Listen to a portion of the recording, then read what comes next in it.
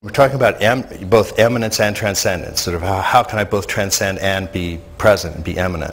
And sometimes we talk about the 4 different moves in evolution, and horizontally we talk about agency and communion, and then vertically there's Eros and Agapé. And Eros is always reaching up for higher unions, and Agapé is reaching down and embracing. So Eros is transcending and Agapé is including. So it's transcend and include.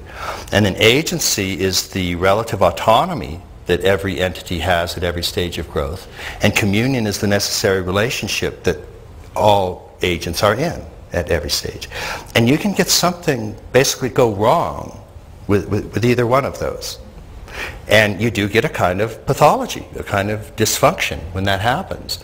And so, and it does tend to be the case, so we can talk about this a little bit separately, that men and women tend to line up a little bit differently on these things. Men tend to have a little bit more eros, a little bit more agency, and women a little more agape, a little bit more communion. So and that just means the masculine and feminine principle in any of us. But that is important when you're doing therapeutic relationship, because sometimes what a man needs is to be more in touch with communion, and a woman needs to be more in touch with her autonomy, that kind of thing. And you all are very familiar, you've played this out many, many times. But the transcendence eminence is what's really extraordinary, because it is, again, that paradox. You have to, in a sense, be able to stand back from it, but also embrace it. And if you do one or the other, you get in trouble. And so if you're merely embracing something, then it's all, you're attached, you're almost addicted, you're in fusion with it. You can't let go of it. And that has its own problems.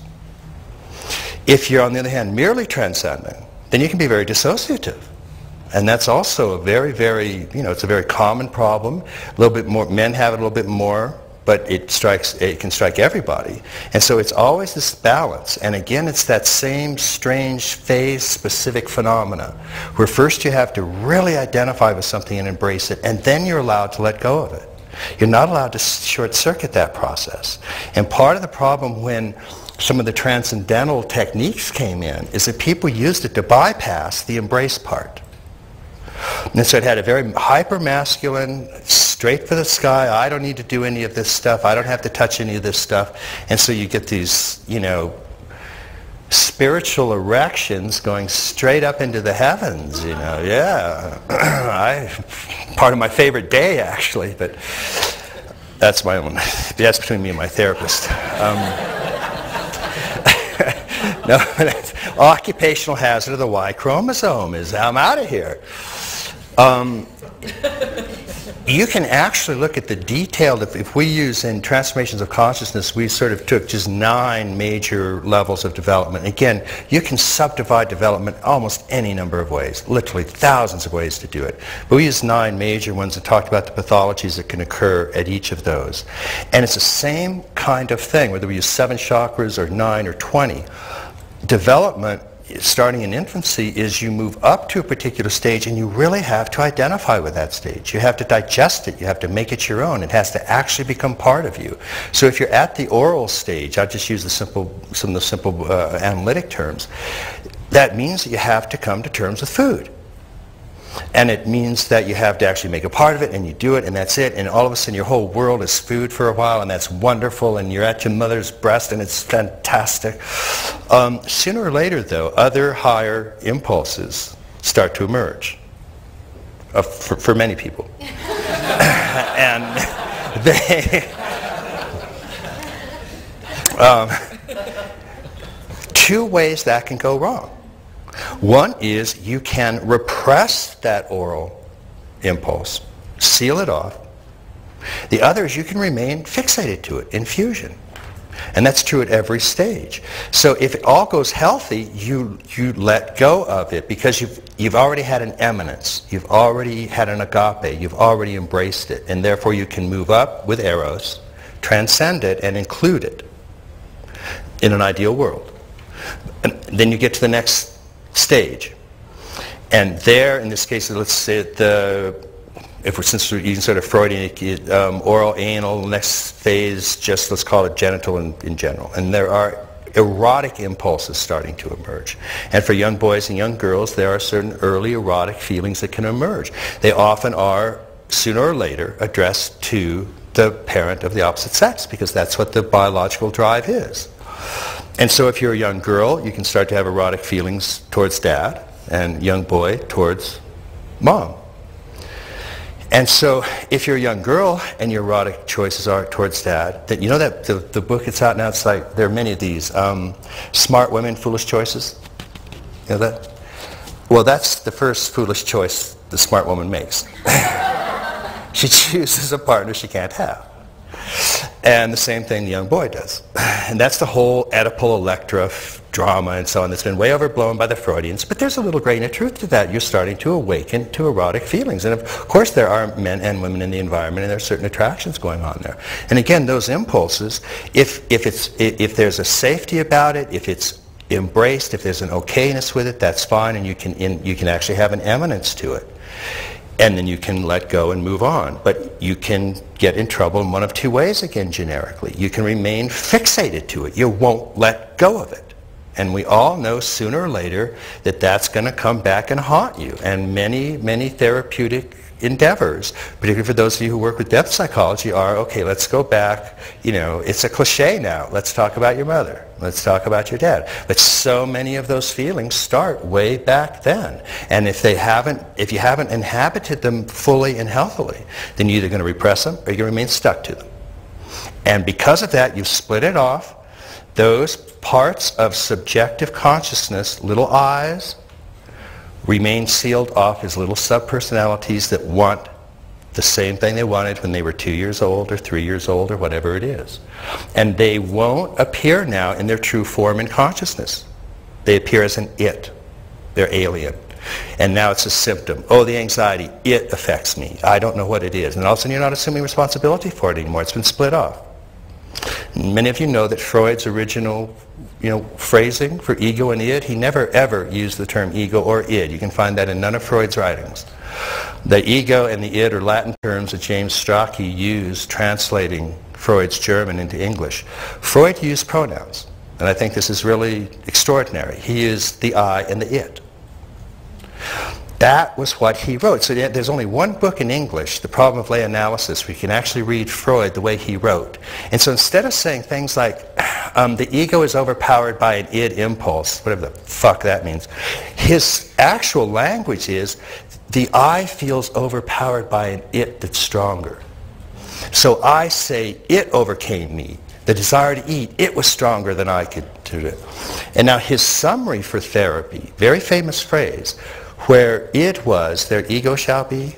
What he actually said was, where it was, their I shall become.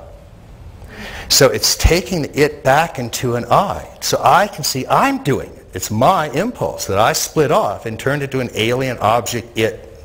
Then it attacks me as a symptom, and I have no idea where it came from.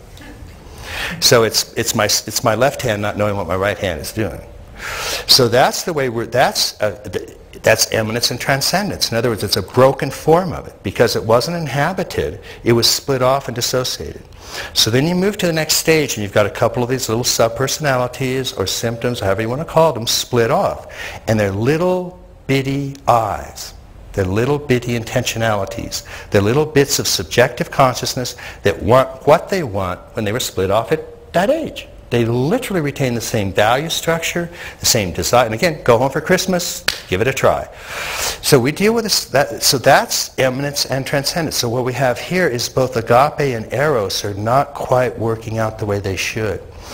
So as you continue to grow, most people remarkably do fairly well. And we get, and again, I'll sort of make this part up. Let's say you have 100 pesos of consciousness when you start out.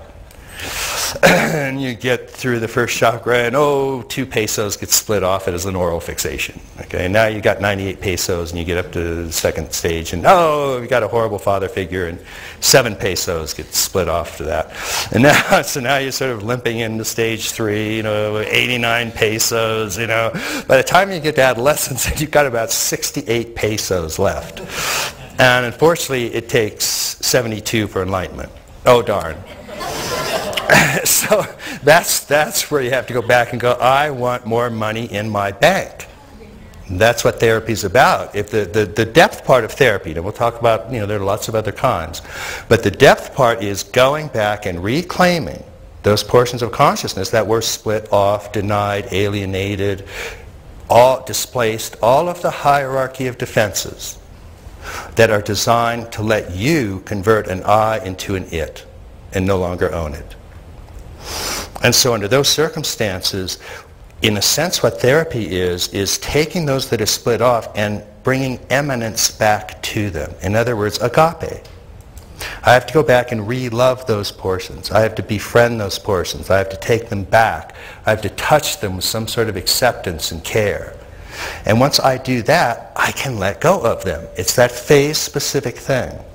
So once I have agape and embrace it, then I can let go with Eros and move up. And guess what? It's moving up with me then. You've actually released the 3-year-old. And it can then rise up to wherever you are at that moment, which for most of us is at least 7 or 8 years old. So, yeah, on a good day, yeah. But so it is that, and it's a very interesting thing. Once you introduce a vertical dimension, you get that phase specificity of you have to identify, then disidentify. Then identify with the next higher stage, then disidentify. Then identify, then disidentify. And it can get very confusing because some people want to just go in and just identify. And that often ends up being very regressive.